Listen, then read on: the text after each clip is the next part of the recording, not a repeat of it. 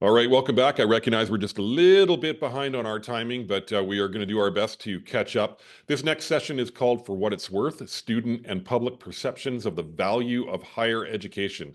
Higher learning has traditionally been the ticket to prosperity, both for the individual learner, whose lifetime earnings are substantially improved with post-secondary education, and for the public, which benefits economically and socially from increased rates of educational attainment. However, despite empirical evidence indicating reliable personal and collective returns on investment from higher learning, public confidence in post-secondary education has greatly diminished in Canada and the US over the last decade. What are some of the factors that contribute to the skepticism towards post-secondary education? And what do we think needs to change in order to reposition higher learning as a purposeful investment? Well, we have Dr. Elle Ting here, who's going to give a presentation and overview on this topic, and she is also standing by for your questions. So we'll take it away, Elle.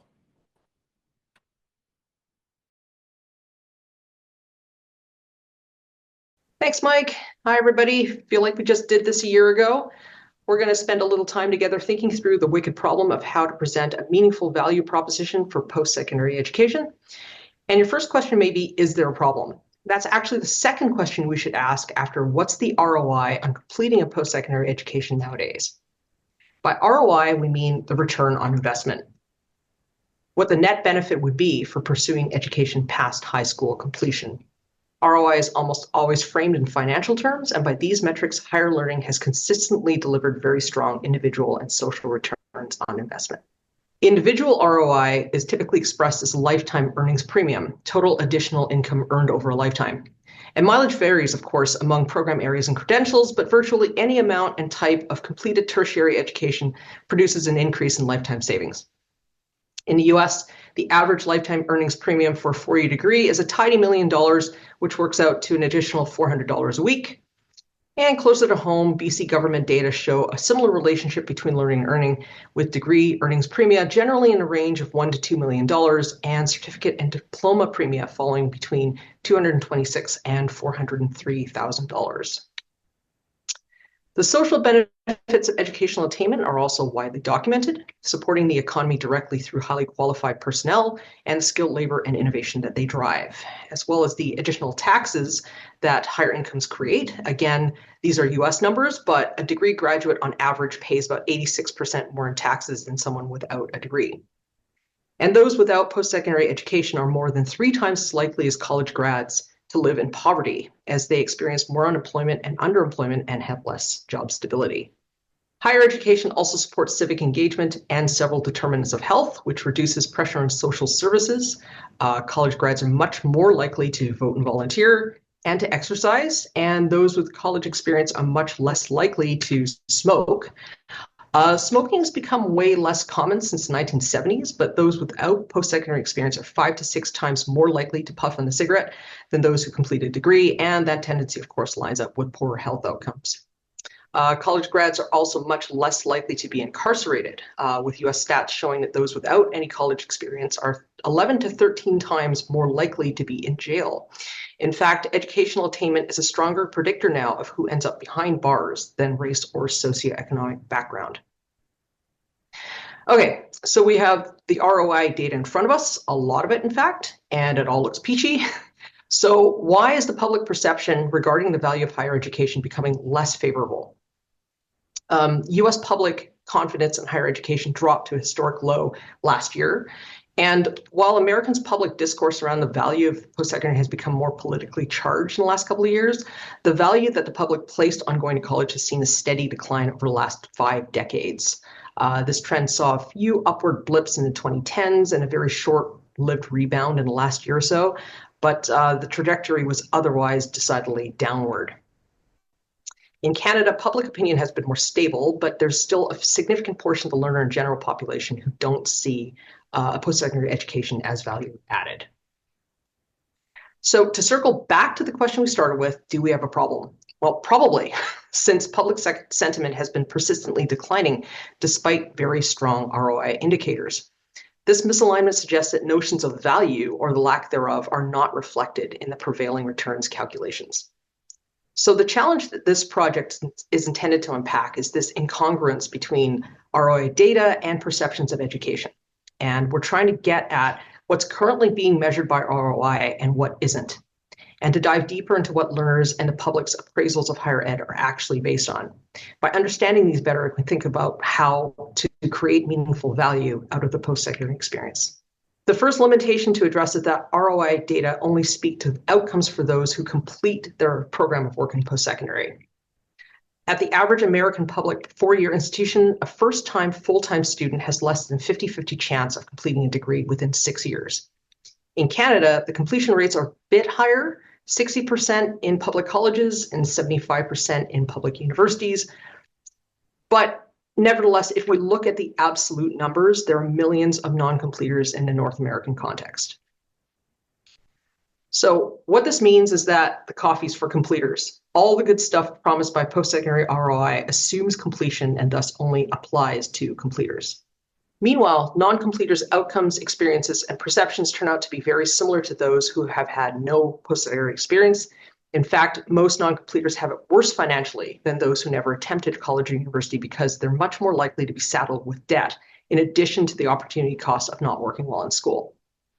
According to a recent large-scale study in the US, only by age 36 does a median annual income of college non-completers begin to exceed that of people with only high school graduation.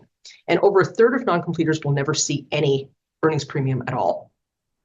Similarly, StatsCan data show that non-completers on average earn less than half what graduates do in the first year of work after leaving post-secondary. Non-completers are much more likely than graduates not to file a tax return, and those who do file less, reflecting lower earnings and greater likelihood of unemployment and underemployment.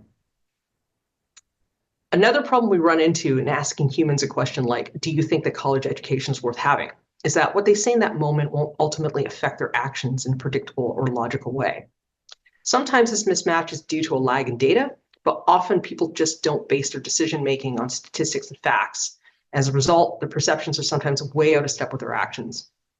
For example, a Canadian study from a couple of years ago noted that a quarter of student respondents to a survey about the value of higher learning stated that post-secondary education was critical to landing a good job, but also that post-secondary education was a waste of time, which seems self-contradictory.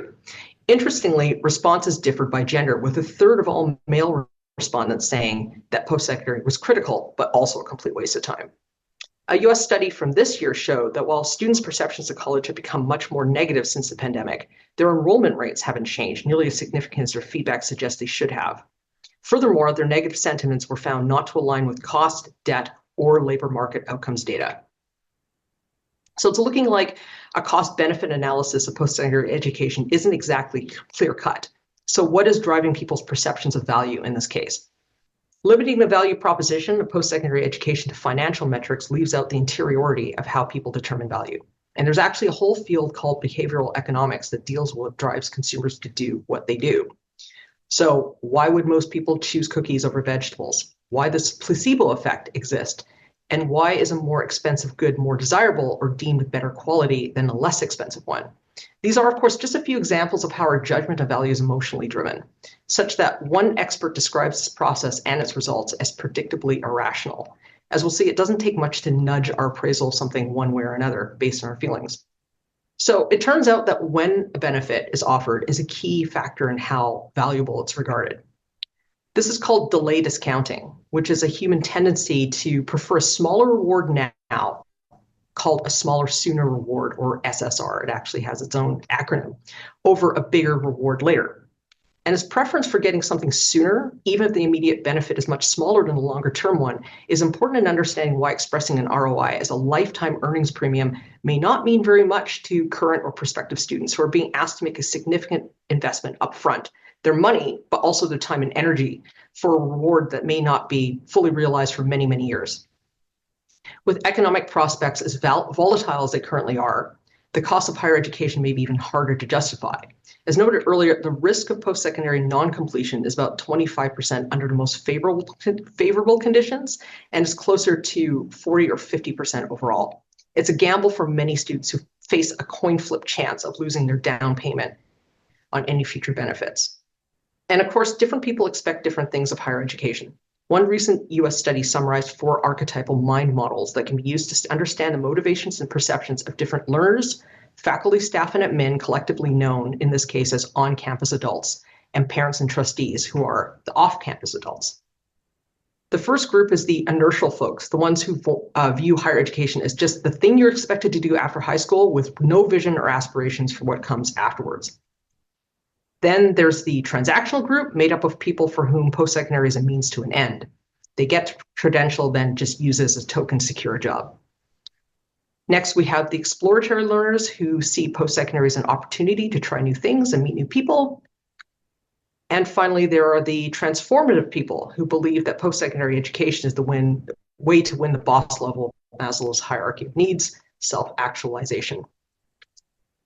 So with these mental models, we'll just get the bad news out of the way first, which is that most learners seem to be transactional in their approach to post-secondary learning. But there's good news too. First, a very small number of learners are inertial, about 3%. And most importantly, 36% of learners are exploratory and another 16% are transformative. And if we add them together, they make up the majority share of students in post-secondary. These are the students who are thinking beyond the dollars and cents of continuing their education past high school. Something else to think about is where there's misalignment of these mental models. So when these models were applied to the on and off-campus adults, the distribution of off-campus adults, this is the parents and the trustees, was quite similar to those of the learners. However, the mental models of on-campus adults, faculty, staff, and admin working in post-secondary, were overwhelmingly in the transformative camp. At 78%, they're about 5 times likelier than the learners they serve to identify with this particular mental model, which I think reflects how being immersed in work that you're really passionate about can make it seem like the value of that work is obvious to everyone when it might not be. So 16% of learners are on the same wavelength, but what about the other 84%? Finally, it's impossible not to address the problem of mental health challenges and its growing impact on post-secondary learning and teaching. The number of students seeking help for mental health issues was already on the rise in the 15 years leading up to the pandemic. This is partly because of the stigmatization of diagnosis and help seeking, which is great, but that factor alone would not seem to explain any change in numbers.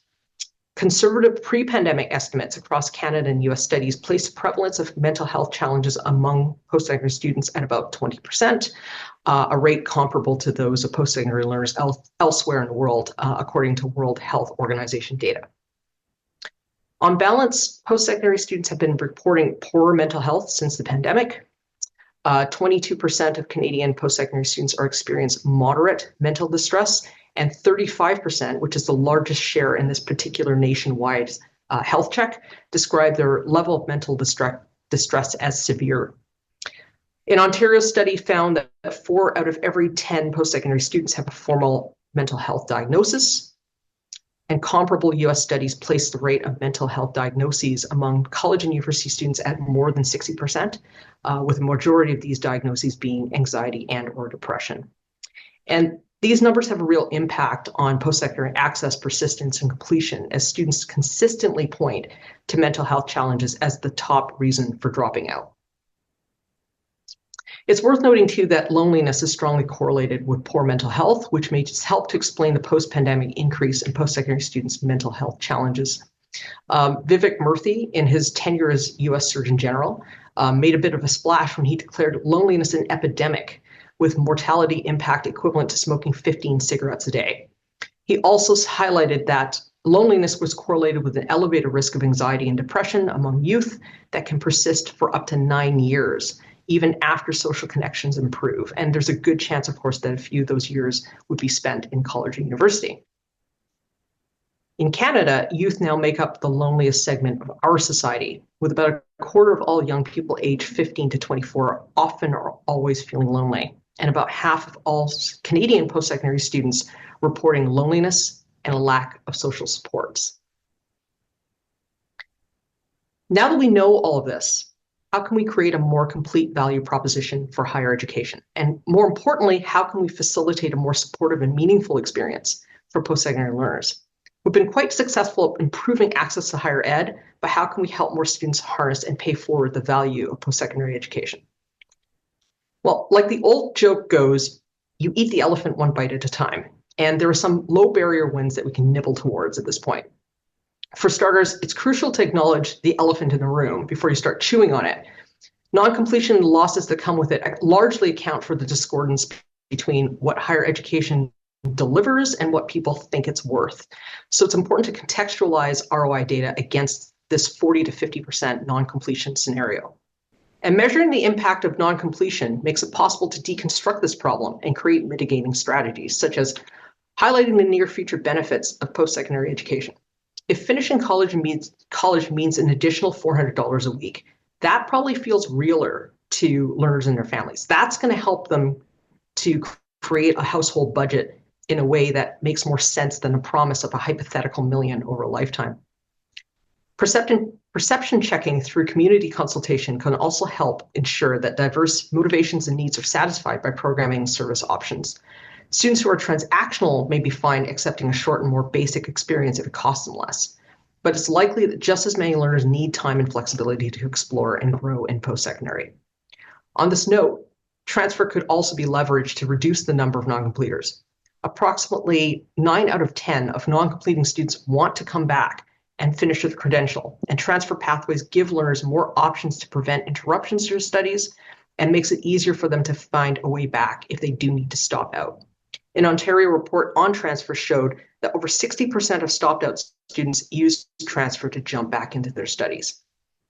And while institutional supports for mental wellness have advanced greatly, especially since the pandemic, interventions to address loneliness in particular are worth investigating further. Facilitating organic peer-to-peer connections in class and out of class, and both on-site and online, and also fostering a sense of campus community and identity through direct communications. Learners still prefer email, as it turns out, can signal to students that they belong in post-secondary. Anyway, lots of additional reading on this topic. And for those who are interested, here are the sources of the images I used. So we'll hand things back to real-time me to answer any questions you might have. Thank you.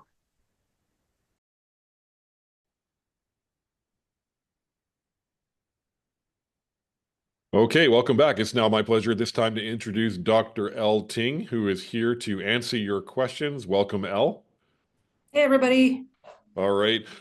We got a few questions for you just to kick things off. And just a reminder to everybody, please put your questions or comments into the chat, and we'd be happy to pass it on to Elle. My first question for you, Elle, is in the U.S. context, how much does someone's political leanings determine their perceptions regarding the value of higher education? Wow. Okay. Opening with a bang here. Well, it's always, I mean, obviously, it's always a political question, right? The selection of an educational institution, but probably more so now, more obviously so now, because of the current political landscape.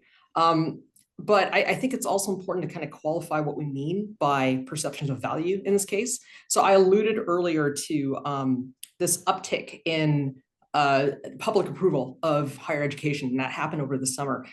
Gallup down the States does a poll every year. So it's kind of this temperature check of people's trust and confidence in different social institutions. And what they found this year was that there were two areas in which there were marked increases. And one was higher education, and the other was the police. So make of that as you will. Unsurprisingly, that was driven largely by double-digit increases in confidence among Republicans. I also think it's interesting that at the same time that survey was being released, there were other studies, and those asked about higher education more directly and whether post-secondary was on the right track regarding things like programming, quality, leadership, and cost. And in those studies, nothing had changed. There were some slight increases amongst Republicans in terms of perceived quality, and slight decreases in Democrats' responses that kind of canceled each other out. So basically there's no change. But I think what that shows is that these questions are really sort of revealing assumptions that people have about post-secondary education and what they think goes on there, right? I think I'll add too that amongst students, there are some students that care a lot about politics and selecting institution. And it was actually a really interesting study just a couple of months ago that asked students how much they would pay to avoid students that had the opposite political persuasion from them. So it turns out they're willing to pay a good deal of money Huh. not to have to deal with people they don't like. Something between $2,200 and $2,600. In fact, liberals were willing to pay more to avoid conservatives. So again, I don't really know what to make of that.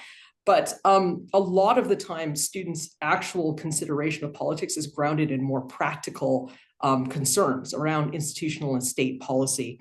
So things like reproductive care and gun ownership, like those are the issues are really driving their decision, not, oh, this institution is, leans liberal or leans conservative. So I think too that the number of non-political students, the share of them is actually increasing all the time. So I thought that was, again, I'd like to know more about what's causing that, but it is a growing share. I think it's about 30% and growing. And I'd be curious to know if events like the recent defunding of elite institutions and of course the Charlie Kirk incident, if that has any effect, but it's one of those only time will tell things. All right, we got quite a few questions coming into the chat, so we're going to start firing away here. Stephanie Boychek asked, does the 50-50 completion chance apply to only undergraduate degrees, or does it include certificates and diplomas as well? That was a degree study. So that is referring to the degrees. All right. In the States. In the at States. Public institutions. At public institutions. So there Yes. you go.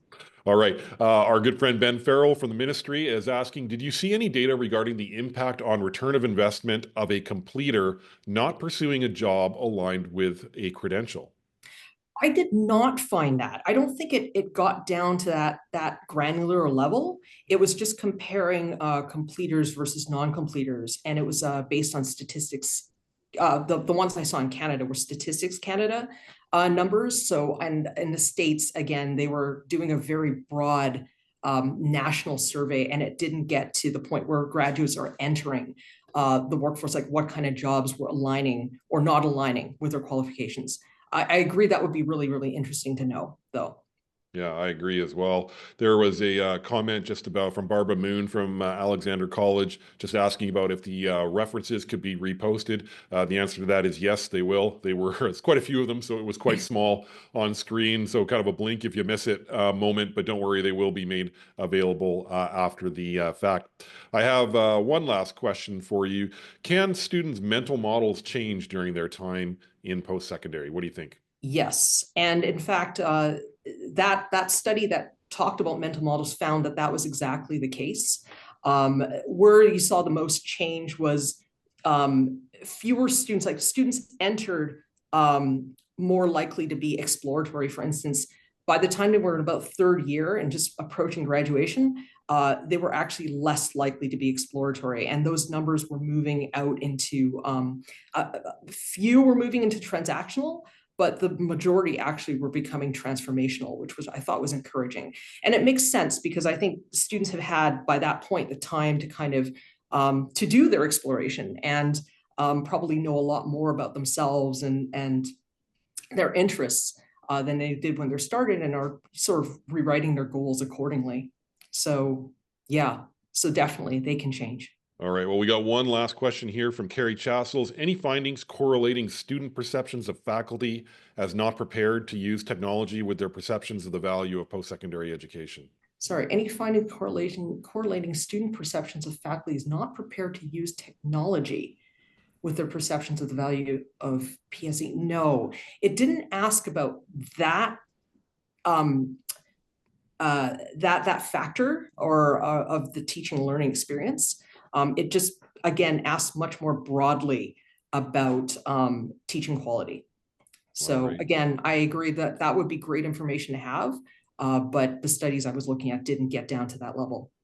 All right. Well, I think we are at time, so really appreciate you joining us today for your questions. Thank you to everybody who put your questions into the chat. Elle is standing by, so if you have any future further questions or want to pick away at some of the things that she presented at, please feel free to enter it into the chat, and I'm sure she'll be able to respond. But thank you for joining us today at JAM 2025. Okay, we're going to take a 1-minute break, and then we are going to head over into the tech update, so we'll see you over there in that room.